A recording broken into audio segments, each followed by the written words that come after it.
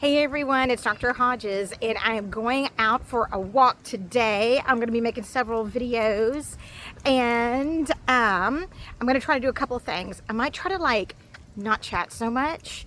I've had a couple of comments where people are like, well, she finally made the point. So let me just tell you this. You know, if you were a patient of mine, and especially if you come to see me at the end of the day, everybody knows I have the gift of gab.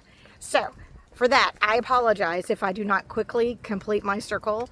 I will try to do that, but if you are coming to watch my videos and you are hoping I will be succinct, yeah, probably should watch somebody else because that's just not how I roll. But I'm going to really try to get to my point a lot sooner. So we'll just see how it goes, okay? So, topic of the day for right now is going to be slider foods. It is summertime is fastly approaching. Is that a word? Fastly? Quickly approaching. And especially if you live here in Texas, you will know that this past week it actually already got up to 90 degrees.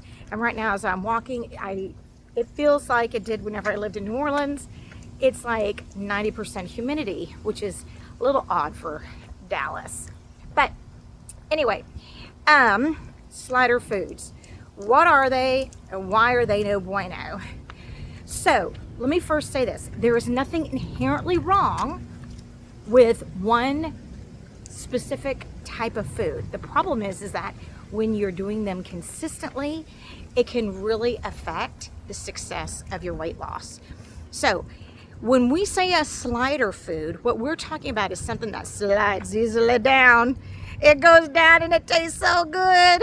And what are the things that go down really easy? And typically, they will also not give you a lot of feelings of satiety. And a feeling of satiety means a feeling of fullness. These are going to be crunchy foods and or foods that are really soft and not very dense. That's it in a nutshell. That's your slider food. So, slider food would be, drum roll please, crunchy foods, crackers, chips, like lightly fried tortillas. Remember, we're in Texas, we love our tortillas. We like our corn tortillas. We like our flour tortillas. We like our flour tortillas deep fried. So, anything that crunches, popcorn, chitlins, pork skins. For whatever reason, some people seem to think that that's a really good source of protein. Please don't eat pork skins for your protein. Please don't. I mean, if that was a really good source of protein, then bodybuilders across the United States would be eating a big old bag of pork skins. They're not. So, slider food. Let me see. Crackers. Those types of things are what I would consider a slider food. Now, why are they bad? Number one, they will crunch up. And the majority of the time, slider foods are going to be simpler carbohydrates, and you have a little enzyme that your body creates in the lining of your mouth and in the lining of your small bowel that is called amylase. And amylase will break down simple sugars. This is why when you lick on a lollipop or you chew that piece of full sugar gum, you're going to absorb all of that sugar. And why? Well, the amylase breaks it down in the lining of your mouth will absorb that. That's why they make sugar-free gum, so that you're not absorbing the sugar and the sweet from that particular gum. So that's also why, let's say you've had a gastric bypass or a duodenal switch, and you have a big old bag of popcorn. That is why you can eat that big old bag of popcorn. You crunch it up in your mouth. Amylase goes to town, and the lining of your mouth begins to absorb 100% of those calories. Sorry. That's why you can have some weight gain after these surgeries. It's because of these simpler carbohydrates. And typically, those simpler carbohydrates are going to be in the form of a slider food. What are some other examples of slider foods? Anything that you can put a gravy or a sauce on.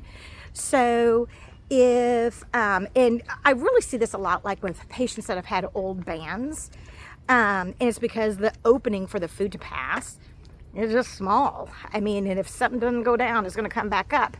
So at some point you're going to get hungry A lot of times you end up relying on slider foods so that you can actually eat and feel full. And so if you're putting ketchup or barbecue sauce or mustard or mayonnaise or dressing, or you're lubing it up with oil, whatever it is, remember that all has calories. The other thing to remember, oftentimes the best sauces, and I used to live in New Orleans, I can tell you, there's not a sauce that I would want to pass up. I love me a sauce, especially on fish. But now you will take that piece of fish that was 100 calories and you're going to lube it up with some luscious salt that's typically butter based or has a lot of sugar in it, and now you've doubled or even tripled the caloric content of that once healthy piece of fish.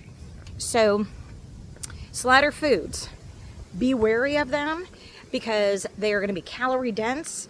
More than likely you're going to absorb 100% of them, but more importantly, they're also not going to give you any feeling of fullness because you're going to chomp them up and absorb it like in your mouth before it even really gets to your stomach. So for instance, like if you ate a big old bag of popcorn and then let's say you had a tummy bug and you went in the bathroom and threw up, you're probably not going to have a great big bag of popcorn.